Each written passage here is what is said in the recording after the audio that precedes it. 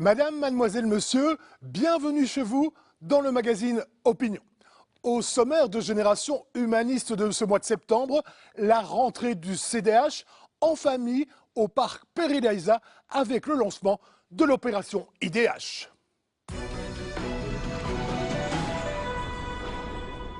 Éducation, emploi, bien-être, c'est là l'essentiel humaniste sur lequel le CDH entend peser dans les prochains mois.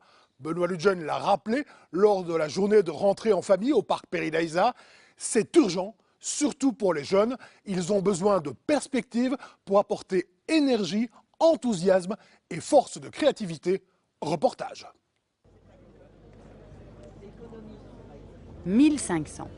Ils étaient 1500, membres, militants, sympathisants et mandataires, à rejoindre la Wallonie-Picarde pour la rentrée politique du CDH.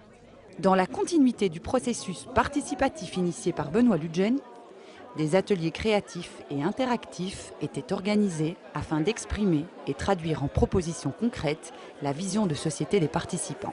Une société plus humaine qui donne un avenir aux jeunes et des liens forts entre les générations. Je propose qu'on rêve à construire des modules qui seraient inspirés d'une ruche, où il y aurait diverses unités, où on pourrait regrouper de l'habitat, des écoles, des crèches, des maisons de retraite. On construit énormément de routes. Les routes ne servent qu'à la mobilité.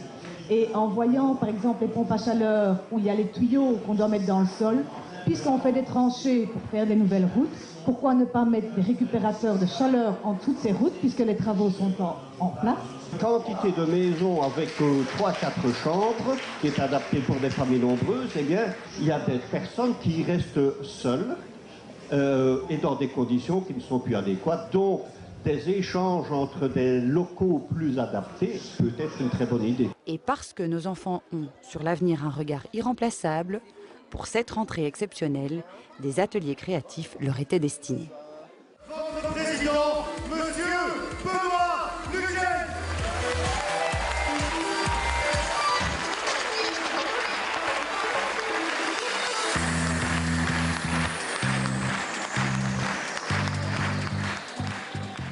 Deuxième temps fort de la journée, le discours de rentrée du président du CDH. Nous voulons une société nouvelle, qui doit être marquée par la collaboration plutôt que par la compétition. Nous voulons aussi une société du partage. Une société du partage plutôt que du chacun pour soi. De l'effort et de la responsabilité plutôt que du laisser-faire. Voilà le coup de jeune que nous donnerons. Notre projet repose sur la participation citoyenne. C'est d'ailleurs tout le sens et la raison d'être de l'opération IDH. Notre humanisme, c'est penser et c'est agir autrement. Alors, il n'y a pas de projet politique, d'après moi et d'après vous, sans participation active et sans responsabilité collective. Face aux défis, notre responsabilité politique, c'est de dépasser les horizons personnels et collectifs connus. En Wallonie, à Bruxelles, en communauté germanophone, en Belgique, nous avons du talent, nous avons des ressources. Utilisons-les à bon escient, non pas pour bricoler avec les restes quelque part d'un monde révolu, mais pour imaginer, pour créer, pour construire, pour partager aussi, c'est le plus important, un vrai projet de prospérité et de développement humain.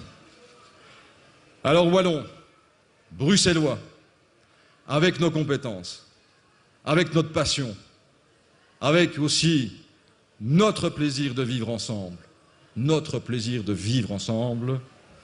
debout, mesdames, messieurs, debout et en avant.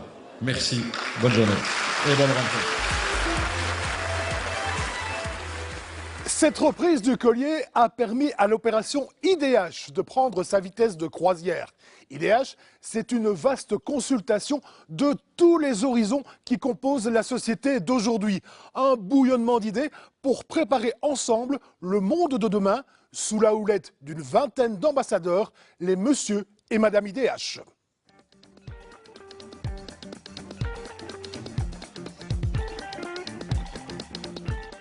Ce projet de développement humain, pour qu'il devienne réel, il faut le concrétiser, il faut qu'il se transforme en propositions concrètes qui vont constituer le programme politique du CDH pour 2014.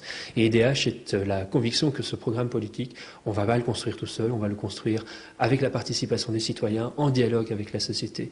Et donc IDH, c'est une grande opération pour dire à chacun qu'on a besoin de leurs idées, besoin qu'ils nous donnent leur conception du développement humain et la manière de le réaliser. Je vous propose de les applaudir très très fort, les messieurs et madame IDH. Bravo à eux. Pour ce faire, 22 ambassadeurs sont en fonction afin d'aider celles et ceux qui souhaitent s'investir dans l'opération IDH. Ces messieurs et madame IDH, femmes et hommes de terrain humanistes, ont pour mission de proposer un programme riche en débats et rencontres. Ces événements permettront de capter les propositions et idées de tout un chacun. Citoyens, associations, groupements, proches ou non du CDH. Pour moi, c'est quelque chose de très novateur parce que ça n'a jamais été fait auparavant. Donc vraiment partir de la base, écouter vraiment ce dont les gens ont besoin et ce qu'ils veulent pour les années à venir, mais aussi pour les 10 années à venir. Ça va nous permettre, avec les arrondissements, de remettre un peu d'huile au moulin de l'activité des sections et des membres. Mais c'est aussi aller vers les citoyens surtout. Des gens qui ne sont pas étiquetés CDH, qui n'ont pas spécialement de vision, d'engagement dans la politique, pardon.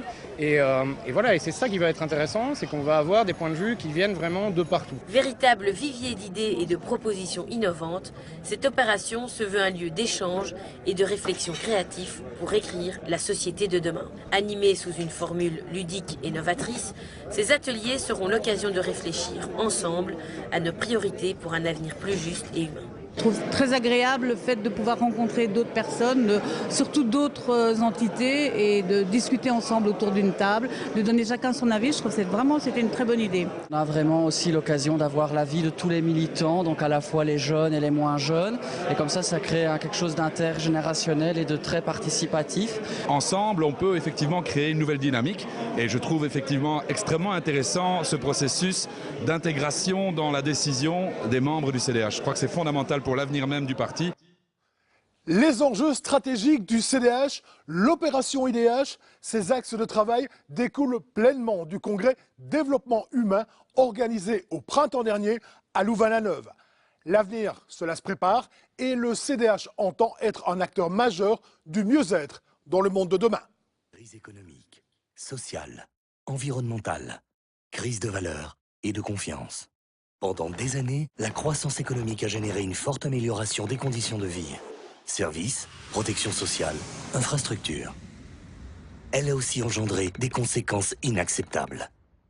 Le modèle matérialiste et individualiste a conduit à une impasse.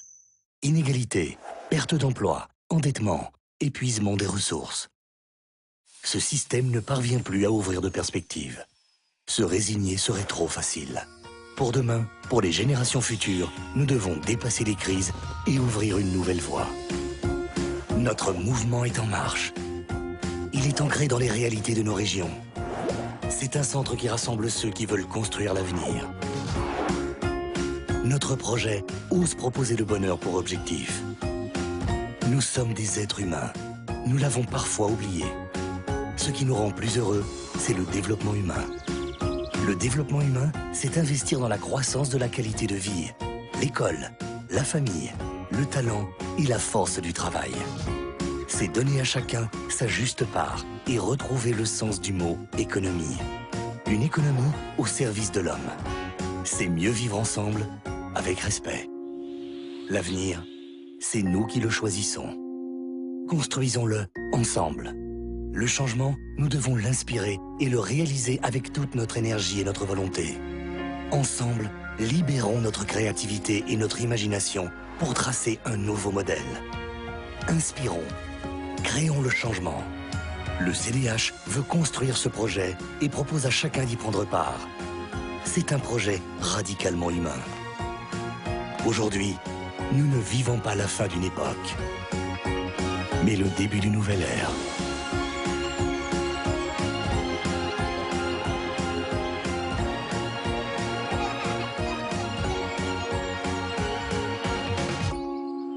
Avec vous, construisons un monde qui bat au rythme de l'humanisme. Depuis la mi-juillet, Marie-Martine Schins est à la tête de l'enseignement obligatoire en Fédération Wallonie-Bruxelles. Le 2 septembre, la nouvelle ministre humaniste a effectué sa rentrée dans une école bruxelloise. Pour sa rentrée, Marie-Martine Schins a choisi d'accompagner les enfants de l'école Saint-Ursule à Molenbeek. Saint-Ursule compte 400 élèves et bénéficie de la politique d'encadrement différenciée. Engagé dans divers projets, l'établissement est membre de la communauté Décollage, initiée au printemps 2012 par Marie-Dominique Simonet. Décollage a pour objectif la recherche d'alternatives crédibles et praticables au maintien et au redoublement par l'amélioration des pratiques pédagogiques en équipe. La communauté Décollage est aujourd'hui composée de 260 écoles et 55 centres PMS qui travaillent à leur rythme et utilisent librement les ressources proposées. Elle-même enseignante, la nouvelle ministre de l'enseignement obligatoire a démontré en ses débuts d'année scolaire qu'elle a conservé tous ses réflexes pour prodiguer ses meilleurs conseils aux écoliers. Bon, ben moi je vous souhaite de passer une bonne année, je vois que vous avez un super journal de classe. Alors, surtout ne pas oublier de bien noter dedans. Parce que pour l'année prochaine, bien noter ce que vous devez faire, bien noter les devoirs, les choses que vous avez apprises, etc. Ça, c'est super important. Je vous souhaite vraiment une très bonne rentrée à tous. Merci. À bientôt. Merci à vous. Merci. Au revoir. Bonne visite. Pour autant qu'on puisse se réjouir de son entrée en matière réussie, l'arrivée aux affaires de Marie-Martine Schins est la conséquence d'un douloureux coup du sort. Début juillet, Marie-Dominique Simonet, en charge de l'enseignement obligatoire depuis 10 ans, est contrainte de se retirer. La maladie lui impose d'engager un autre combat. Je vous propose de revenir en images et en interview sur cette actualité pleine d'émotions.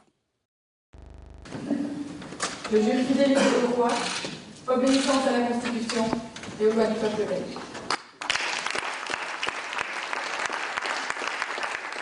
Mi-juillet, Marie-Martine Schins devient ministre de l'enseignement obligatoire en Fédération Wallonie-Bruxelles. À 36 ans, la jeune élue de Herve succède ainsi à Marie-Dominique Simonet, qui, rattrapée par la maladie, met temporairement sa carrière politique entre parenthèses. Le choix de Marie-Martine Schins pour poursuivre le travail en cours a été concerté entre Marie-Dominique Simonet et le président du CDH, Benoît Ludgen. C'est quelqu'un qui va au fond des choses.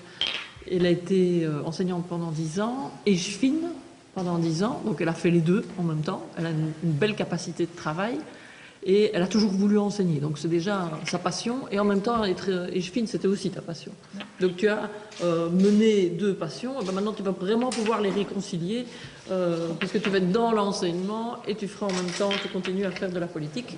Mais dans l'enseignement, j'aime beaucoup de choses, mais j'aime surtout le fait qu'on puisse donner aux acteurs de terrain, aux équipes pédagogiques, de l'autonomie et de la confiance. Parce que Marie-Do l'a fait, elle a travaillé avec eux sur différents projets en faisant remonter leurs pratiques de terrain pour les étendre dans d'autres écoles et pour finalement que ça fasse tache d'huile, aussi bien contre l'échec scolaire que pour d'autres dossiers.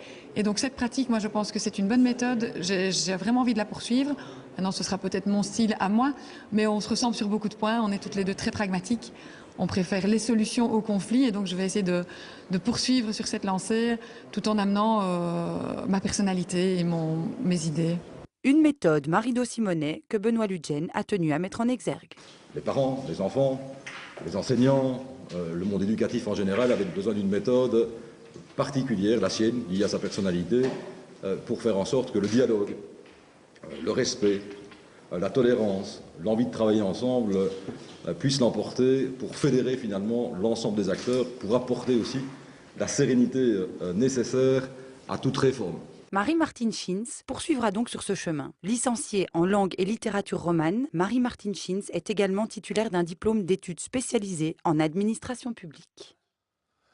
Marie-Martine Schins, ministre, la place de députée revient alors à Benoît Drèze, en retour à la Chambre pour ce Liégeois à la fibre sociale particulièrement développée. Je vous propose de l'écouter. Je suis évidemment très heureux puisque j'ai déjà été parlementaire dans la même assemblée de 2004 à 2007.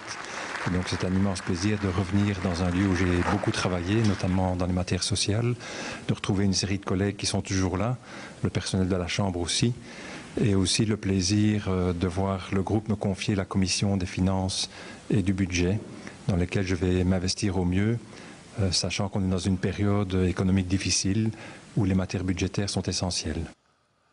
Un autre changement dans les rangs parlementaires, mais dans les entités fédérées cette fois Parti se consacrer à son mandat de bourgmestre à Verviers à 100%, Marc Elsen cède son siège de député régional et communautaire à Jean-Paul Basta, son suppléant et bourgmestre de Malmedy.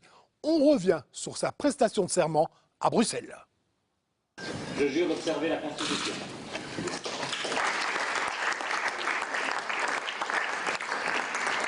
C'est 10 mois jusqu'aux prochaines élections, ce sera peut-être court, mais rien n'empêche que ça ne soit pas intensif. Sur quoi allez-vous miser ? L'enseignement, il y a beaucoup de choses à faire. On a une nouvelle ministre qui provient de l'arrondissement de Verviers, donc j'essaierai de l'épauler au mieux, peut-être modestement dans un premier temps, mais en tout cas le plus proactivement possible. Et puis il y a les dossiers de prévention santé qui me tiennent particulièrement à cœur. Et à la région ? Voilà, la région, alors là, il y a les compétences de Carlo Di Antonio, à savoir l'agriculture et les travaux publics, sur lesquels je serai directement sur la brèche. C'est devenu une tradition. Le CDH imprime sa présence à la foire agricole de Libramont.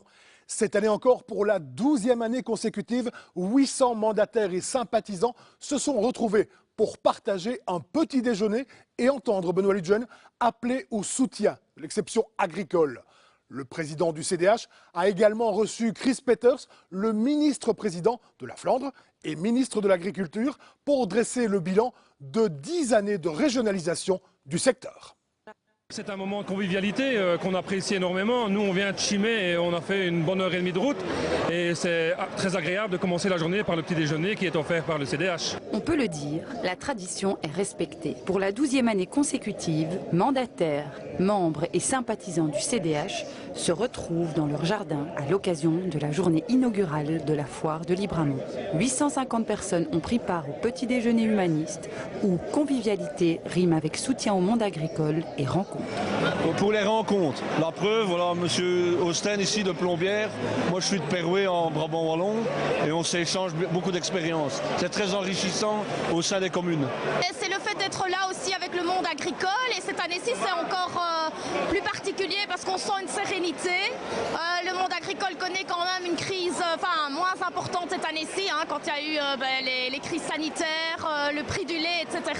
Et donc cette année c'est une année calme, donc on en profite d'autant plus. Ce rendez-vous champêtre permet à Benoît Ludgen de réaffirmer la nécessité de se battre à tout niveau de pouvoir pour l'exception agricole. C'est de faire en sorte que, notamment au niveau de l'ensemble des cahiers de charges, pour la fourniture dans nos écoles de l'alimentation, dans les maisons de repos, dans les hôpitaux par exemple, que nous puissions avoir des cahiers de charges qui favorisent largement les productions locales, les productions de nos territoires, pour amener à la fois la qualité, mais aussi pour soutenir l'ensemble des agriculteurs de nos communes. Autre temps fort de ce week-end au carrefour de la vie rurale, la visite de Chris Peeters. Le ministre-président flamand était l'invité de Benoît Ludgen. Ensemble, les deux hommes ont dressé le bilan de 10 années de régionalisation de l'agriculture. Ils ont également fait le point sur les perspectives de synergie et de collaboration entre la Wallonie et la Flandre. Un exemple très concret, c'est de pouvoir se grouper au niveau des achats, au niveau des producteurs, des agriculteurs en Flandre et en Wallonie et travailler ensemble pour avoir des meilleurs prix pour les agriculteurs. C'est un exemple de collaboration future qu'on va pouvoir mettre en place. Dans le domaine de la recherche, du développement aussi, il y a deux instituts très forts à Gembloux et aussi à Gand. Dans tout ce qui est recherche et développement dans le secteur agroalimentaire, ils vont travailler davantage ensemble aussi dans les années qui viennent. Et puis plus globalement, la 6e réforme de l'État va se mettre en place dans quelques mois. On va devoir aussi travailler ensemble dans le domaine de l'emploi par exemple, pour faire en sorte que les demandes d'emploi et les offres d'emploi puissent collaborer quelque part et être matchées entre la Wallonie et la Flandre et que des travailleurs wallons puissent aller travailler en Flandre et inversement pour qu'on puisse répondre au mieux finalement à notre économie et à nos entreprises. À l'occasion de cette visite, Benoît Ludgen a offert à Chris Peeters un programme GPS qui permettra au ministre-président flamand, grand amateur de cyclisme, de parcourir des randonnées en Ardennes avec son 2 roues, ainsi qu'un coq de Bastogne. Tout un symbole. Vous le savez, la sécurité s'inscrit aussi au cœur des politiques du CDH. Les jeunes y sont sensibles. Ainsi, cet été, les jeunes CDH se sont mobilisés pour mener une opération de prévention à Liège. Reportage.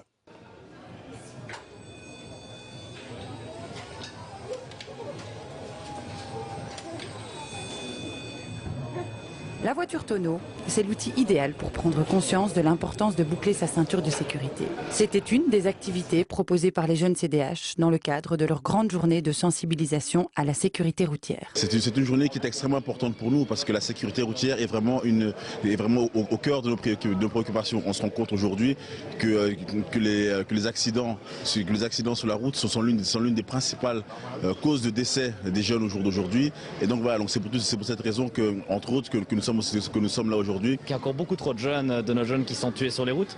Et donc c'est vraiment important que les jeunes CDH prennent ce sujet-là en main et qu'on organise cette journée-là avec une approche pluridisciplinaire. Les jeunes CDH se sont bien entourés pour organiser cette journée. La police fédérale ainsi que de nombreuses associations comme Fédémot ou l'IBSR étaient représentées pour informer les conducteurs les plus néophytes. C'est vraiment pendant les premiers milliers de kilomètres que l'on parcourt après avoir eu son permis de conduire que le risque d'accident est le plus élevé. Un conducteur qui parcourt ses premiers 2500 km, il a 3 fois plus de risque d'avoir un accident qu'un conducteur qui a déjà parcouru 10 000 km ou plus. Donc c'est vraiment à ce moment-là que tout se joue. Outre les nombreuses activités de sensibilisation proposées, les participants avaient la possibilité de passer gratuitement leur véhicule au contrôle technique. Ils pouvaient ainsi reprendre la route en toute sécurité. C'est la fin de cette émission Génération Humaniste. Merci à Amélie Janssens, Laurence Morel et Damien van der Straten qui m'ont aidé à préparer ce magazine. Je vous rappelle que vous pouvez également suivre l'actualité du CDH sur le site internet. Je vous invite à vous connecter sur www.lecdh.be, www.lecdh.be ou encore sur la page Facebook Centre démocrate humaniste. À bientôt et pensez-y. Bienvenue chez vous.